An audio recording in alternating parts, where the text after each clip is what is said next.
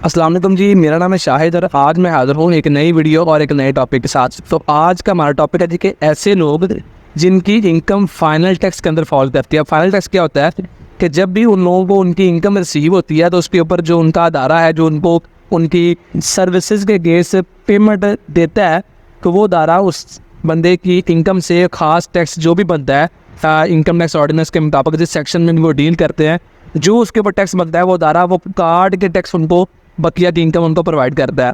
तो जिन लोगों की इनकम इस तरह के हेड में फॉल करती है, उन बंदों ने अपनी रिटर्न कैसे फ़ाइल करनी है और रिटर्न फाइल करने के टाइम पे उन्होंने गवर्नमेंट को कोई टैक्स देना है या नहीं देना, अगर देना है तो कितना देना है, अगर नहीं देना तो क्यों नहीं देना, और उनकी रिटर्न मुकम्मल रेडी किस तरह से होगी। आज इस टॉपिक के अंदर इंशाल्लाह हम ये क्लियर करेंगे। तो ऐसी इनकम आपके ज़हन में आएगा कि ऐसी इनकम अब किन लोगों की है, तो ऐसी इनकम के अंदर जो है ना वो मैं 5-7 नाम लूँगा।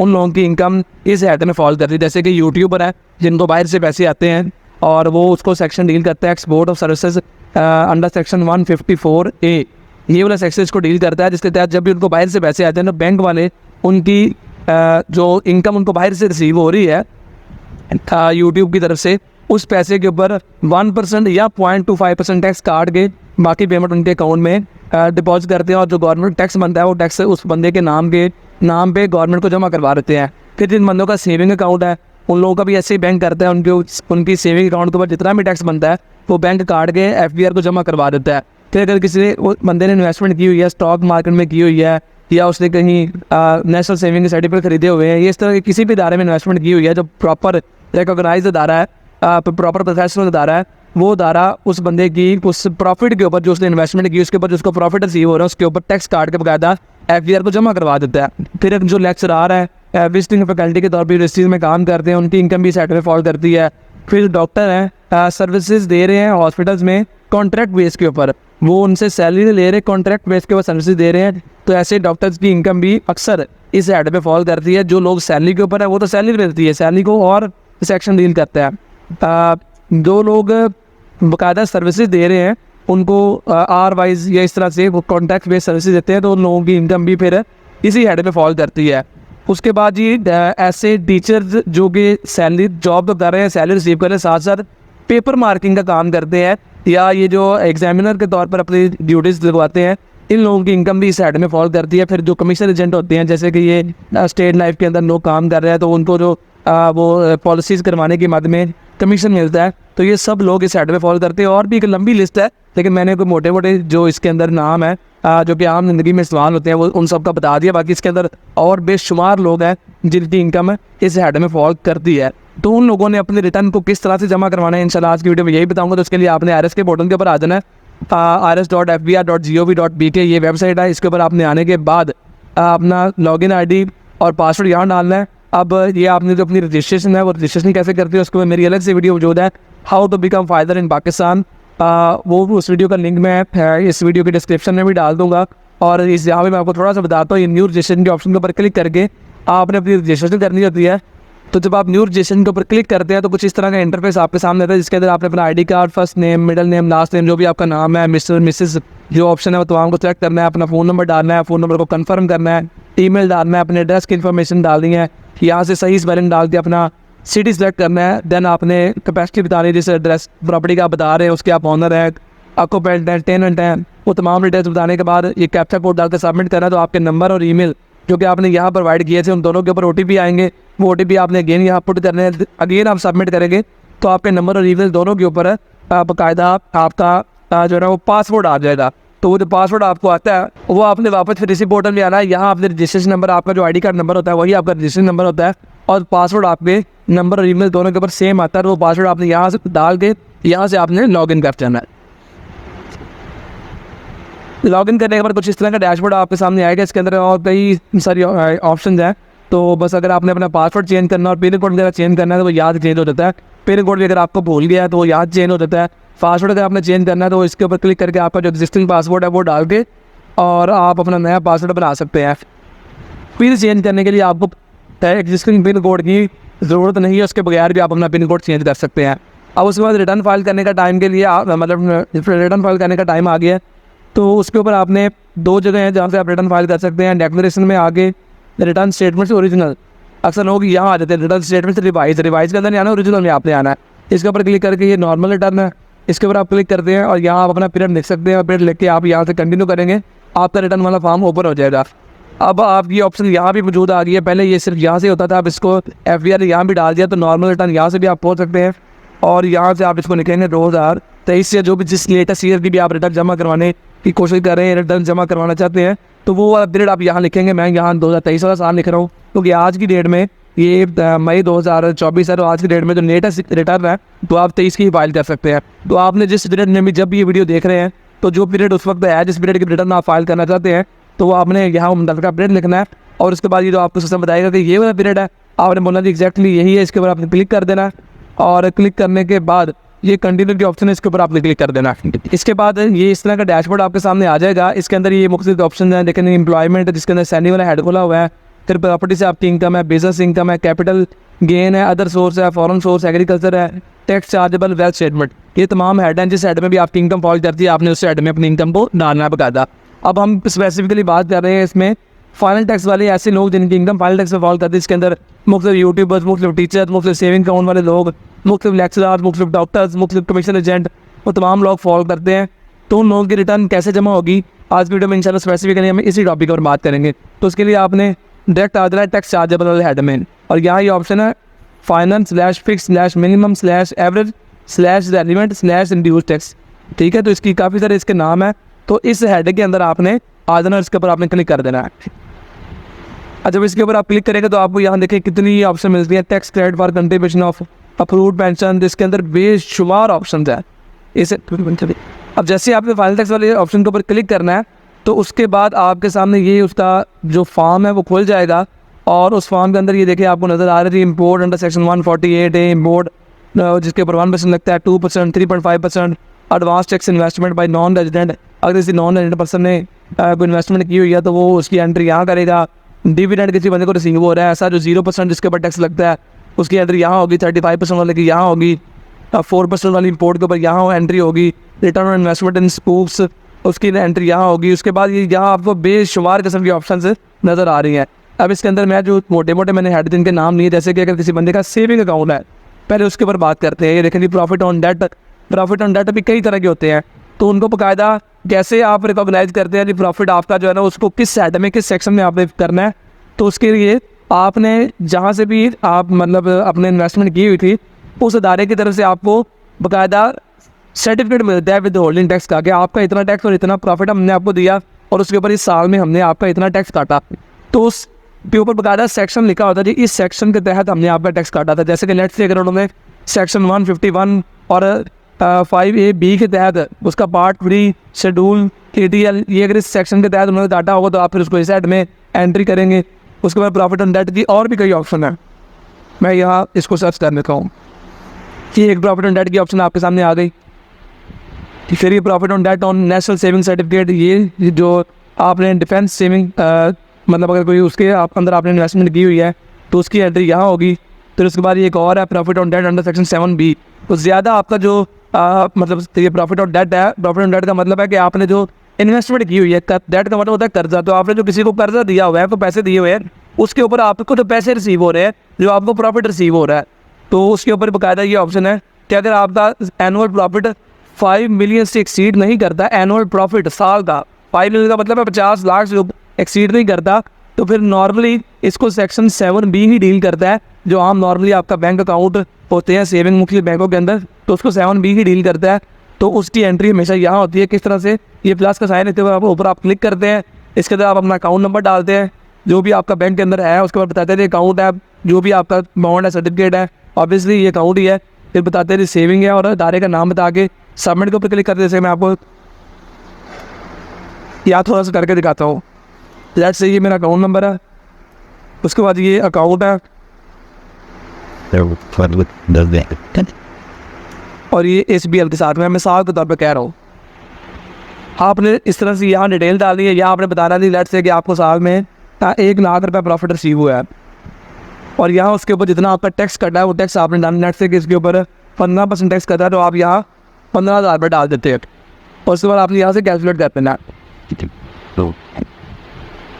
तो ये जी सिस्टम क्या रहा है कि आपका 1 लाख रुपये टैक्स, 1 लाख प्रॉफिट के ऊपर 15,000 आपने बताया कि टैक्स आपका कटा हुआ है, और आपका सिस्टम ये जो टैक्स चार्जेबल हेड है इसके अंदर सिस्टम बता रहा है कि आपका टैक्स बनता कितना था। तो आपका बंदा भी 15,000 ही था और आपने जमा भी 15,000 ही करवाया है। अगर किसी बंदे का ज़्यादा कटा हुआ है, लेट से वो रिटर्न फाइल करने से पहले फाइल नहीं था और उसका 30% टैक्स कटा हुआ है, तो वो यहाँ फिर 30,000 लिखेगा कि मेरा 1 लाख के ऊपर जितना टैक्स उसका कटा हुआ है। यहाँ पर मैं मिसाल के तौर पर फिगर बता रहा हूँ, आपका जो एग्जैक्ट फिगर है वो जो आपको बैंक की तरफ से मिलेगा आपने वो यहाँ डालना है। तो लेट से उस बंदे का 30,000 रुपये टैक्स कटा हुआ है, तो यहाँ जब मैं 30,000 डाल के कैलकुलेट करूँगा 1 लाख के ऊपर, तो सिस्टम कह रहा है कि आपका बनता 15,000 था, आपने पे 30,000 किया है, तो बाकी वाला 15,000 आपका गवर्नमेंट की तरफ ज़्यादा चला गया है, तो आप उसको बाद में रिफंड भी क्लेम कर सकते हैं। वो किस तरह से होता है वो भी इंशाल्लाह मैं आपको थोड़ा सा इसका टच बताऊंगा, उसके ऊपर मेरी अलग से वीडियो पे मौजूद है। FBS से रिफंड कैसे क्लेम करते हैं और आपको कैसे पता चलेगा कि आपका रिफंडेबल उनकी तरफ है, तो वो इंशाल्लाह इसी वीडियो में मैं आपको बताऊँगा आगे जाके। अच्छा, ये तो हो गया कि आपको अगर सेविंग अकाउंट के ऊपर प्रॉफिट वगैरह आ रहा है। अब अगर इनकेस आपको कमीशन वगैरह किस शक्ल में आपको रिसीव होता है, तो ये देखिए कमीशन की एंट्री अब आपके सामने आएंगी।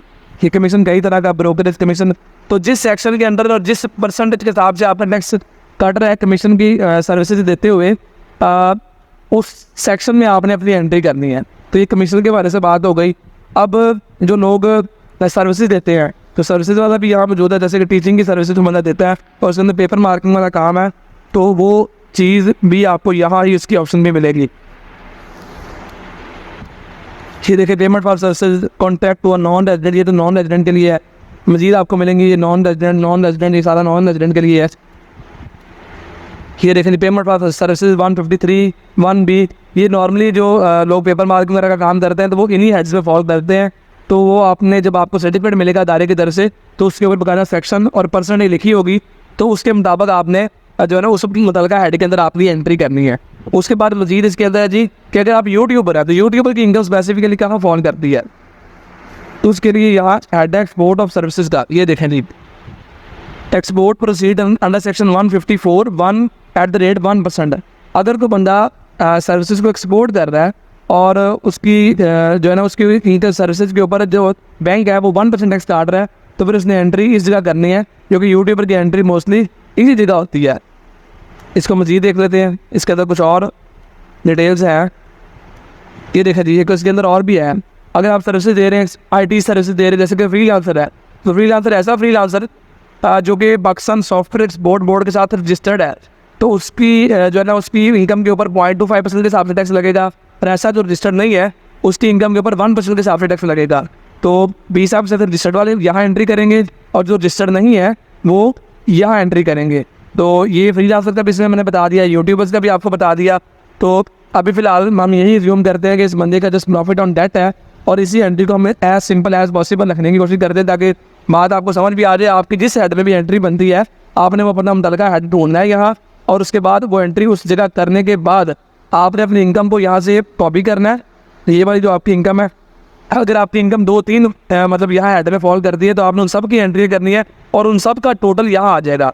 ये समझ लें कि आपका ग्रैंड टोटल है जो इस जगह आ जाता है, और ये आपके टोटल टैक्स का जो आपने मुकम्मल टैक्स पे किया है उसका टोटल है, और ये आपका टोटल टैक्स जितना बनता है ये उसका टोटल है। तो आपने जब भी एंट्री उठानी है अपनी, वो यहाँ से उठानी है अपनी टोटल की।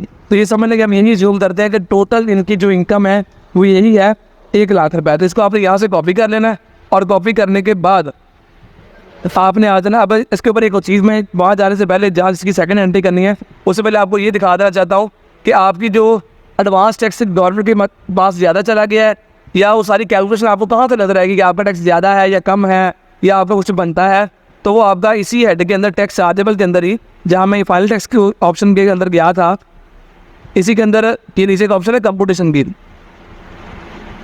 तो कंप्यूटेशन वाली ऑप्शन में आप लास्ट में जब आते हैं तो ये देखिए आपको होता है एडमिटेड इनकम टैक्स। एडमिटेड का मतलब है आपने एडमिट कर लिया कि आपका इतना टैक्स गवर्नमेंट की तरफ बनता है। तो वो यहाँ से अगर आपका एडमिटेड टैक्स यहाँ शो हो रहा हो, तो यहाँ से आप प्रीपेयर PSID की एक ऑप्शन भी आ गई, तो यहाँ से आप अपना PSID जनरेट करते हैं और उसके बाद आप उसको पे करते हैं, और 1 घंटे डेढ़ बाद आपकी आगे यहाँ चेक करते हैं। तो यहाँ पेमेंट वाले सेक्शन में आगे इस जगह आगे पेमेंट वाले में यहाँ आपकी अमाउंट वो शो हो रही होती है, आप उसको यहाँ से क्लेम करते हैं, सेव करते हैं, वापस डाटा में आते हैं, अपने रिटर्न को आप सबमिट कर सकते हैं। जब भी आपका कोई एडमिटेड इनकम टैक्स शो हो रहा हो, तो जब तक आप उसको पे नहीं करते वो इनकम टैक्स रिटर्न आपकी जमा नहीं होती। तो इस सिनेरियो के अंदर जो मैंने बनाया है, इसके अंदर इस बंदे का गवर्नमेंट की तरफ से ज़्यादा टैक्स गया हुआ है, 15,000 रुपये इसलिए एक्स्ट्रा पे कर दिया है। तो ये अगर आपको नजर आ रहा है नीचे रिफंडेबल इनकम टैक्स, कि इतना इसका टैक्स गवर्नमेंट की तरफ ज़्यादा चला गया, तो ये इसकी रिटर्न जब ये अपनी फाइल करने का तो उसके बाद ये 15,000 टैक्स की बाकायदा रिफंड की एप्लीकेशन भी एफपीआर तो पुट कर सकता है। तो उसके ऊपर मेरी अलग से वीडियो मौजूद है, उस वीडियो का लिंक भी मैं इस वीडियो के डिस्क्रिप्शन के अंदर इंशाल्लाह डाल दूंगा। तो ये आपका यहाँ से आपको पता चलता है कि आपका टैक्स बनता है या आपका टैक्स गवर्नमेंट की तरफ ज़्यादा चला गया। तो जब आपकी फाइनल टैक्स के अंदर ये एंट्री जो कि मैं आपको बता चुका हूँ करने के बाद आपने यहाँ से अपना इनकम का जो टोटल है वो टोटल आपने यहाँ से उठाना है, और उसको उठाने के बाद आपने बिजनेस के अंदर आना है, और बिजनेस के अंदर एक ऑप्शन है अदर रेवेन्यू की, अदर रेवेन्यू के अंदर एक ऑप्शन है अदर्स की। ये तो जो भी इनकम फाइनल टैक्स के अंदर फॉल करती है उसकी एंट्री हमेशा इस जगह होगी अदर्स में, क्योंकि वो ऐसी कोई ना फी फॉर टेक्निकल सर्विस है, ना वो counting gain on sale of intangibles है, ना वो सेल ऑफ एसेट्स है, ऐसा कोई हेड नहीं है। तो है वो आपका बिजनेस ही, क्यों? क्योंकि आपने उसकी इन्वेस्टमेंट की हुई है और वो कोई स्पेसिफाइड हेड नहीं है। तो ये जो यहाँ लिखी हुई है बाकायदा स्पेसिफाइड है, तो ऐसा हेड जो स्पेसिफाइड नहीं है, इस जगह बाकायदा लिखा नहीं हुआ, उसकी एंट्री आप ये अदर्स वाले हेड के अंदर करेंगे। तो अदर्स वाला हेड है ये जो टोटल अमाउंट जो आपको रिसीव हुई है, और ये जो कॉलम है ये नॉर्मल टैक्स को डील करता है। तो इस जगह आप अपने उस 1 लाख की एंट्री कर देंगे। अब जब 1 लाख के ऊपर आप यहाँ इसको कैलकुलेट करेंगे तो सिस्टम इसको नॉर्मल इनकम टैक्स के अंदर ट्रीट करने का। तो आपने इसकी एंट्री यहाँ डालने के साथ साथ इस जगह भी करनी है, amount exempt from tax slash subject to fix slash final tax, कि अगर आपकी इनकम फाइनल टैक्स के अंदर फॉल करती है तो उसकी एंट्री आपने इस जगह भी करनी है। ये नहीं है कि फाइनल टैक्स में फॉल करते तो उसने जस्ट आपने यहाँ कर देनी है, उसकी एंट्री आपने इस जगह भी फिर करनी है और साथ ही इस जगह भी करनी है, और ये दोनों जगह आप एंट्री करके फिर कैलकुलेट करेंगे। अब मैं दोबारा बता देना चाहता हूँ कि ऐसी इनकम जो फाइनल टैक्स में फॉल करती है उसकी एंट्री फाइनल टैक्स में करने के बाद बिजनेस के अंदर अदर रेवेन्यू में अदर्स के ऑप्शन में आगे इस जगह करनी है नॉर्मल टैक्स वाले कॉलम के अंदर, और उसके बाद फाइनल टैक्स वाले कॉलम के अंदर भी आप कर देंगे। तो सिस्टम इस अमाउंट के ऊपर कोई टैक्स कैलकुलेट नहीं करेगा। उसकी वजह क्या है कि इस अमाउंट के ऊपर जितना भी टैक्स बनता था वो टैक्स आप गवर्नमेंट को अदा कर चुके हैं। अब उसके बाद एक जब आप बिजनेस वाले हेड को छेड़ते हैं तो उसके लिए आपने ये बिजनेस एसेट और इक्विटी वाले हेड को भी छेड़ना फिर आपके लिए लाजमी हो जाता है कि सिस्टम कहता है जी आपने बताया कि आप एक बिजनेस कर रहे हैं, तो बिजनेस के अंदर आपके एसेट्स और आपकी लायबिलिटी वगैरह कितनी है, तो इस हेड में भी आपने आना है। अब ज़ाहिर अगर आप पेपर मार्केटिंग का काम कर रहे हैं तो उसके लिए आपने कौन से बिजनेस के हिसाब से बनाए हुए हैं। आपका जैसे कि एक पेंशन है आपके पास और आप जाके पेपर मार्केटिंग चेक कर रहे हैं। अब अगर इनकेस आप यूट्यूब पर अगर आपका कोई स्टूडियो है तो फिर उसके आप बिजनेस एसेट यहाँ लिख सकते हैं कि स्टूडियो के अंदर कैमरा होता है और 100 तरह की चीज़ें होती हैं, तो तमाम चीज़ें आप यहाँ लिख सकते हैं, प्लांट मशीनरी इक्विपमेंट जो भी। अगर इनकेस आप की हुई है इन्वेस्टमेंट की हुई है, जैसे कि स्टॉक मार्केट में इन्वेस्टमेंट की हुई है, सेविंग अकाउंट ओपन किया हुआ है, तो उसको आप अपने पर्सनल एसेट में जाके डालेंगे वैल्यू स्टेटमेंट में, तो उसको भी यहाँ डालने की जरूरत नहीं है।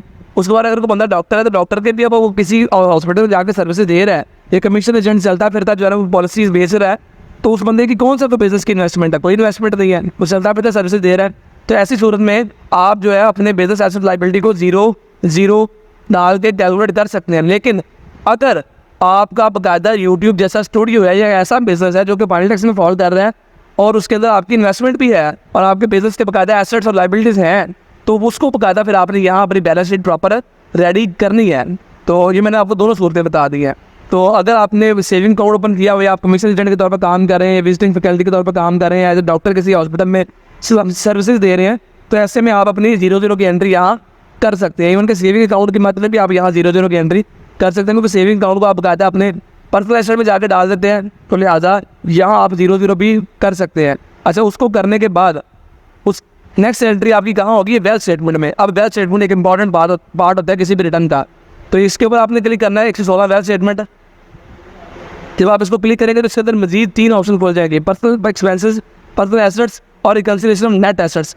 तो इसके अंदर आपने रिकन्सिलेशन ऑफ नेट एसेट्स पर क्लिक करना है, और इसके अंदर आने के बाद ये आपके सामने ऑप्शन आ रही है income declared as per return for the year subject to normal tax, ये एग्जाम्प्ट फ्रॉम टैक्स, और ये फाइनल टैक्स वाली ऑप्शन नजर आ रही है। तो ये 1 लाख की एंट्री आपने इस जगह करनी है जिसके ऊपर फाइनल टैक्स लगता है। तो इसको आपने करने के बाद यहाँ से कैलकुलेट कर देना है। अब अगर आपकी इनकम किसी, जैसे कि अगर वो बंदा टीचर है तो वो साथ उसको सैलरी भी रिसीव हो रही है, तो उसने अपनी दूसरी एंट्री सैलरी में करके और income subject to normal tax के अंदर भी इसकी एंट्री करनी है। तो ये बात थोड़ी सी रिटर्न काफ़ी कॉम्प्लिकेटेड हो जाएगी। अगर मैं तमाम चीज़ इसके अंदर ऐड करना शुरू कर दूँगा तो मेरा फोकस जस्ट उस इनकम के ऊपर है जो फाइनल टैक्स वाली इनकम है। अगर आप साथ जो है ना वो पार्ट टाइम बिजनेस कोई और भी कर रहे हैं या आपकी एम्प्लॉयमेंट है, तो आपने उस हेड में भी उसकी एंट्री करने के बाद, जैसे कि लेट्स से एम्प्लॉयमेंट है, सैलरी है, तो उसमें आपने सैलरी वाले हेड में उस बंदे की एंट्री करने के बाद जो भी इसकी इनकम है वो इनकम यहाँ डालने के बाद लेट्स से 4 लाख उस बंदे की इनकम है, मैं यहाँ एंट्री करके आपको दिखा देता हूँ। लेट से 4 लाख बंदे की सैलरी की इनकम है, या वो कर रहा है बकायदा सर्विस दे रहा है, कहीं जॉब कर रहा है, लेक्चरार है वो 7 के परमानेंट जो है ना वो किसी जगह जॉब कर रहा है, और ये डॉक्टर है वो परमानेंट जॉब कर रहा है, तो उसकी वहाँ से 4 लाख सैलरी है और साथ में सर्विस भी दे रहा है, जिस सर्विस का फाइनल टैक्स में उसका हेड फॉल करता है। तो वो अगर उसके साथ सैलरी भी मिल रही है, मैं एक असम्पशन दे रहा हूँ कि लोग कहते कहेंगे जी कि ये इस तरह के रिटर्न का हम क्या करेंगे, तो उसको भी आपने फिर वेल्थ स्टेटमेंट में वहीं आना है, रिकन्सिलेशन नेट टैक्स में आना है। और ये जो 4 लाख इनकम है ये नॉर्मल टैक्स वाली इनकम है, ये फाइनल टैक्स वाली नहीं है, तो इस इनकम को आपने यहाँ डाल देना है। तो मैंने 2 सूरतें आपको बता रहा हूँ कि सैलरी वाली नॉर्मल इनकम भी इसके बंदे की है, और इस बंदे की ऐसी इनकम भी है जिसकी इनकम के ऊपर बकायदा फाइनल टैक्स लगता है। तो वो करने के बाद आपने यहाँ से कैलकुलेट कर देना है। अब आपका टोटल इनफ्लो आपको यहाँ नजर आएगा 5 लाख, कि 1 लाख रुपये इस बंदे ने फाइनल टैक्स से कमाया और 4 लाख रुपये इसने नॉर्मल टैक्स वाली इनकम से कमाया, करने के बाद टोटल इसने 5 लाख जनरेट किया। अब अगर इनके आपके को नेट टैक्स प्रीवियस ईयर है, आप कहते हैं मेरे पास सेविंग तो पिछले सालों से भी चली आ रही है, को 10-12 लाख मैंने पिछले कई सालों से जॉब कर रहा हूँ या बिजनेस कर रहा हूँ, तो मेरी पिछले सालों से भी कोई 10-12 लाख की सेविंग है, तो वो आप यहाँ बाकायदा लिख सकते हैं। जैसे कि मैं यूम करता हूँ कि इस बंदे की 10 लाख की सेविंग पिछले सालों से चली आ रही है, तो इस बंदे के पास अब जो टोटल अमाउंट हो गई वो हो गई 15 लाख। किस तरह से कि 10 लाख इसके बाद पिछले सालों से पड़ा हुआ था और 5 लाख इसने इस साल से कमा लिया, टोटल इस बंदे के पास अब 15 लाख है। अब ये नीचे आपको अनरिकनसाइल्ड अमाउंट 15 लाख है, नेगेटिव में नजर आ रही है। उसकी वजह क्या है कि इनफ्लो 15 लाख में है और अभी आउटफ्लो इस बंदे ने कुछ भी नहीं किया, इस बंदे ने कुछ नहीं बताया कि इस 15 लाख मेरा एग्जैक्टली कहाँ पड़ा हुआ है। तो उसके बाद आपने आना है पर्सनल एसेट्स के अंदर। पर्सनल एसेट के अंदर जो भी आपकी एग्रीकल्चर अगर कोई प्रॉपर्टी है वो यहाँ डालते हैं, कमर्शियल प्रॉपर्टी है उसको यहाँ एंट्री करते हैं। बिजनेस कैपिटल अगर आपका है, जैसे कि मैंने बताया कि बंदा यूट्यूबर है, उसका कोई स्टूडियो है, तो उसने जैसे कि लेट से वो कहता है कि मेरा 5 लाख का यूट्यूब स्टूडियो है, तो उसकी 5 लाख का बिजनेस कैपिटल वहाँ एंट्री करने के बाद उसकी एंट्री यहाँ पर्सनल एसेट्स के अंदर भी उस बंदे ने आगे करनी है। जिस नाम से भी यूट्यूब स्टूडियो चला रहा है वो करने के बाद सबमिट करेंगे या उसका नाम लेके सबमिट करेंगे, और उसके बाद वो यहाँ उसकी अमाउंट लिखेगा कि एग्जैक्टली इतना मेरा बिजनेस का कैपिटल है, जिसकी एंट्री वो बिजनेस के अंदर बिजनेस एसेट लायबिलिटी के अंदर करके आ चुका होगा। अगर ऐसा कुछ सिलसिला नहीं है तो फिर आप इसको स्किप कर सकते हैं। आपकी कोई प्रॉपर्टी है तो प्रॉपर्टी यहाँ से इस तरह से प्लस के साइन के ऊपर क्लिक करने के बाद प्रॉपर्टी का एड्रेस लिखते हैं, देन उसका बताते हैं प्रॉपर्टी रेजिडेंशियल है, कमर्शियल है, हाउस है, फ्लैट है, कितने मरला की, कितने स्क्वायर यार्ड, कितने कनाल की, और उसका सिटी कौन सा है। करने के बाद आप इसको सबमिट करते हैं। मैं थोड़ा सा बता देता हूँ आपको, जैसे कि नेट से यहाँ मैं लिखता हूँ जॉर्ज टाउन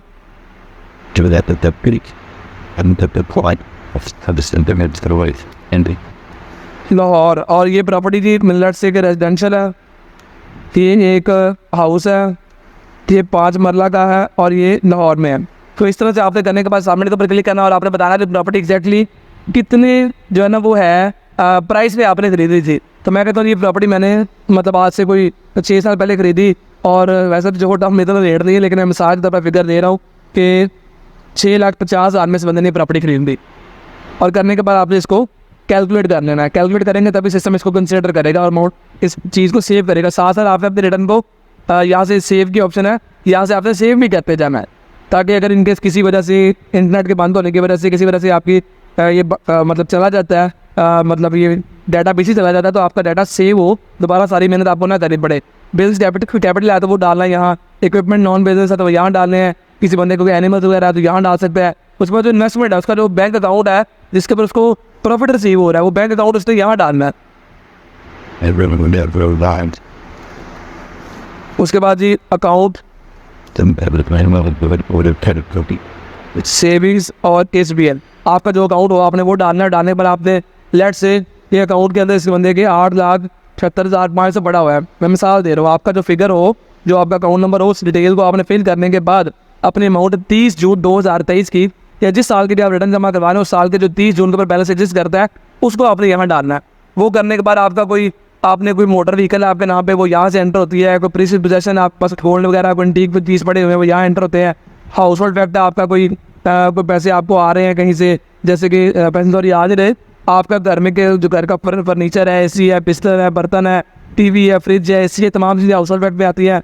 पर्सनल आइटम है आपका मोबाइल फ़ोन, आपकी वॉच, आपका लैपटॉप, ये पर्सनल आइटम्स भी आता है। कैश नॉन बिजनेस बंदे के पास कुछ मैं कहता हूँ जी लेट्स से 2,13,500 रुपये इस बंदे के पास जो है ना वो कैश पड़ा हुआ है। और उस बंदे की अगर कोई लाइबिलिटीज वगैरह है, कोई एसेट उसके कि दूसरे किसी एसेट उसका लेकिन किसी और बंदे के नाम पे उसने करवाया हुआ लेके, उसको भी यहाँ से डाल सकता है। उसके बाद उसकी कोई लाइबिलिटी है तो लाइबिलिटी वो यहाँ से डालता है, कोई लोन वगैरह उसने लिया हुआ है। तो ये तमाम ऑप्शन को फिल करने के बाद आप वापस आ जाते हैं रिकन्सिलिएशन नेट एसेट्स के अंदर।